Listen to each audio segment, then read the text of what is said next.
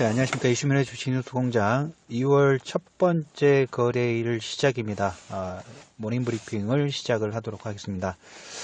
전일 장 마감 이후에 제가 지방에 갑자기 일이 좀 생겨서 음성 부분들이 좀 스마트폰으로 지금 녹음 부분들을 진행을 좀 합니다. 그래서 음질 부분들이 조금 다소 며칠간은 좀 지장이 좀 있을 수 있으니까 그 부분 체크를 좀 양해를 좀 부탁드리면서 간단하게 모닝 브리핑을 시작을 하도록 하겠습니다. FMC 회의가 마무리가 좀 됐습니다. 기존 연준 의장의 마지막 임기이고 거기에 대한 코멘트, 큰 변동폭 부분들은 없었습니다. 차기 이제 파월 연준 의장 같은 경우에 기존의 연준 의장의 스탠스 부분들을 크게 벗어날 가능성 자체는 일단 시장 컨센서스 상으로는 크지 않다라는 얘기를 먼저 좀 드려보도록 하겠고요. 중요 포인트는 아마 부의장이 누가 되느냐. 하지만 그 트럼프 정부의 전체적인 스탠스 부분에서 크게 변화되는 흐름 부분들은 나오기는 좀 힘들지 않을까 라는 좀 코멘트를 좀 드려보도록 하겠고요. 어제 FMC가 금리 동결 부분들을 했습니다. 근데 문구가 약간 바뀌었어요.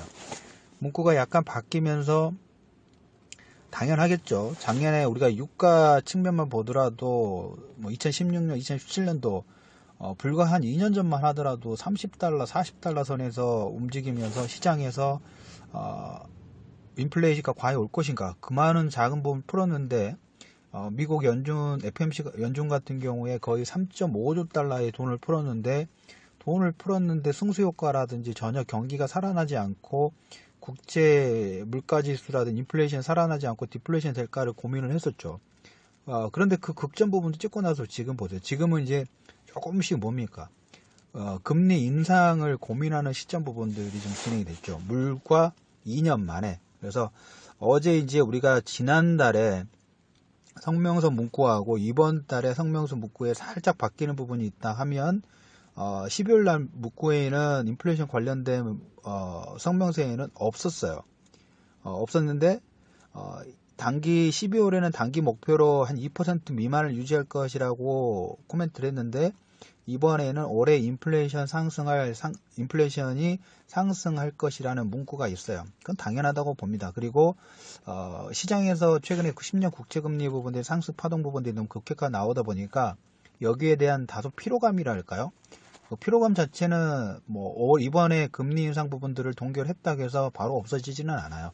항상 보면 국채금리도 거의 한 3년 내에 최고치 부분들을 돌파를 한 거기 때문에 우리나라 종합지수의 조정 부분들이 좀 진행이 되는 것처럼 단기 조정의 움직임 자체가 약간 시차를 좀 두고 어제 말씀을 좀 드렸던 것처럼 FMC 회의 이후에 미국의 이제 단기채, 장기채 발행 부분들을 코멘트를 좀 했고 그리고 이제 2월달 이제 시작이 좀 됐죠. FMC 회의 이후에 이제 옵션 만기일 부분들이 좀 있습니다. 그래서 그걸 이용한 외국인들의 단기 변동성 전략 부분들이 진행될 가능성 자체가 높다라는 얘기를 첫 번째로 드려보도록 하겠고요. 국제 유가 같은 경우에는 최근 하락에 대해서 소폭 반등 부분이 나왔는데 원유 재고가 어제 말씀드렸던 것처럼 미국이 1000만 배럴 이상 증산 시장 점유율 부분들을 중동 지역에서 계속 뺏기고 있는 거죠.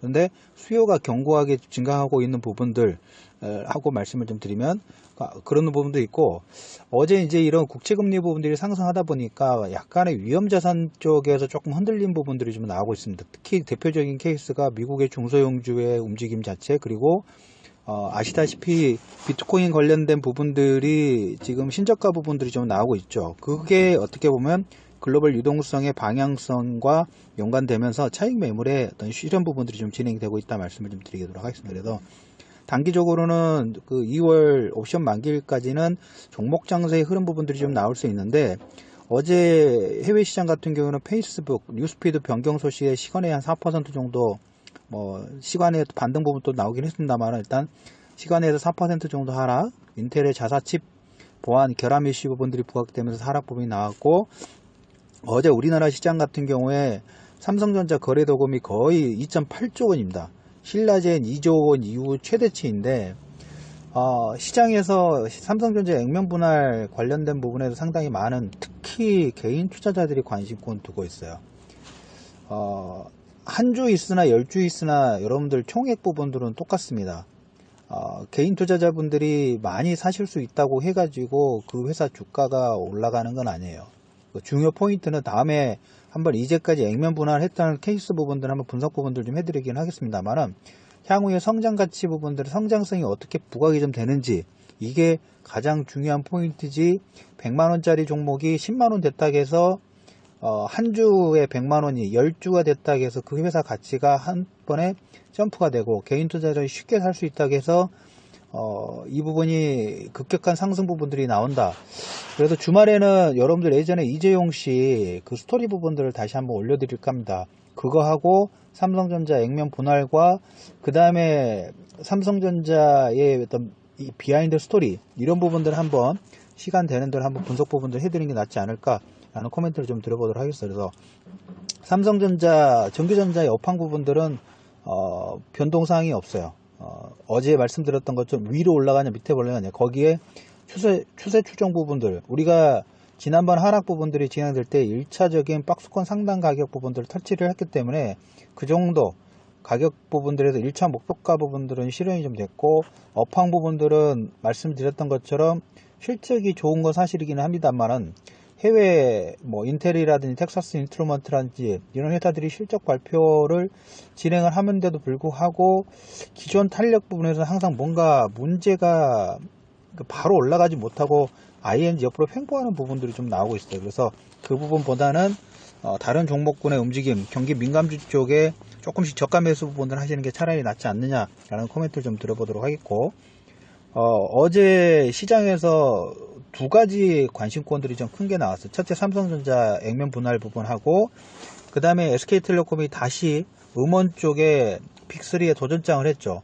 저는 이것은 나중에 블록체인하고 플러스 알파 시켜가지고 새로운 시장 자체가 열릴 수 있는 가능성 열어두실 필요가 있습니다. 그래서 어제 아이리버가 상한가 부분들을 갖고, 그리고 이제 어제 장 마감에 계속 화제가 됐던 부분 중에 하나가 벤처 투자, 벤처 혁신 대책 관련된 부분들, 2022년도까지 투자 규모를 2조 원대 늘릴 것이라는 이런 내용 부분들이 좀 나왔습니다. 그래서 그리고 하나 더, 라인이 가상화폐 거래소 부분들을 진출을 한다라는 얘기, 우리나라는 아니고 일단 해외 쪽에서 좀 진출 부분도 준비를 하고, 라인의 자회사인 라인 모바일이라는 회사에 왔어요.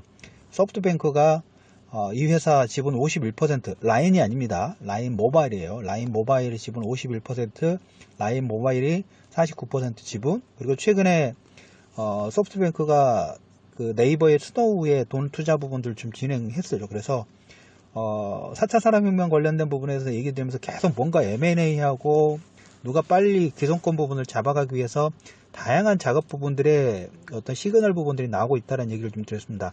그 선상으로 좀 보시면 될 것 같고요. 그리고 넷마블이 작년 웹 수익이 전 세계에서 3위 부분들을 진행했습니다.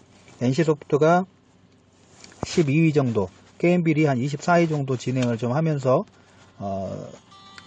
세계 3위니까 실적 부분들은 뭐 크게 다른 말씀 드리지 않아도 상관은 없겠죠. 그래서 FOMC 1차 회의가 끝났습니다. 금리 동결 부분들 진행됐고, 항상 말씀드리지만 우리는 이제 속도가 중요해요. 속도가 중요하고, 그리고 연준이 이제 파월 연준 의장이 이제 3월달 되는데, 3월달에 물론 급격한 저는 변화를 기대하지 않고 컨센서스도 그렇지 않습니다만은 우리가 이제 상한선을 업그레이드 시키지 않느냐가 향후 금리 인상의 가장 큰 키워드 부분들이 좀 될 수 있다라는 부분하고, 2월 달에는 두 가지 이슈 부분들을 주 초반에 좀 보셨으면 좋겠습니다. 첫 번째,